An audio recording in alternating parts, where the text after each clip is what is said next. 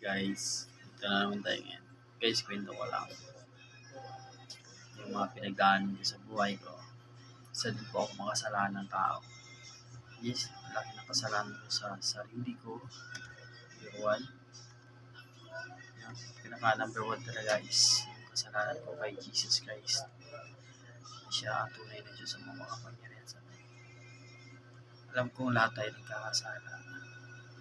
Walang taong hindi nagkakasala. Yes. Pero ako, inamin ko ngayon na ang laki po ng kasalanan ko ginawa. Simula nung pinagsisihan ko po ang lahat ng mga pinagdaanan ko. Yes.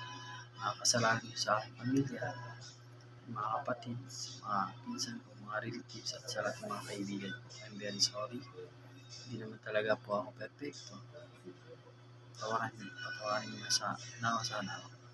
Ngayon na kinilala ko si Jesus Christ, pinadiyos sa mga makapangyarihan sa lahat, na siyang may gawa ng langit, ng lupa at ng aking buhay. Guys, pinuksan niya ang aking mga mata na meron pa pala talaga pag-asa. Kaya I keep going on. Patuloy na ako.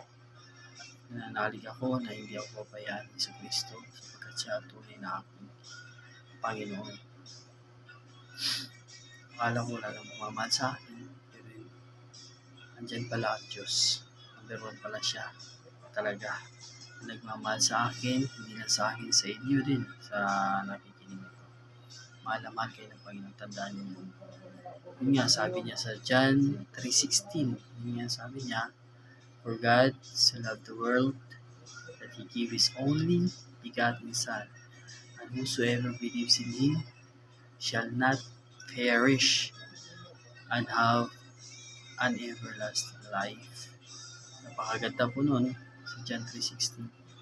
Kaya guys, huwag po kayo mawala ng pag-asa. Mahal po tayo ng Diyos. Gagabayan po niya tayo sa lahat ng ating mga pagsubok at, at sa ating harapin bukas. Kaya maniwala at manalig po kayo kay Jesus. Siya po ang tunay ng Diyos mo. Maraming salamat po. Good morning once again. Ingat po kayo palagi dyan. God bless you more. In Jesus' name we pray. Amen. Good morning guys.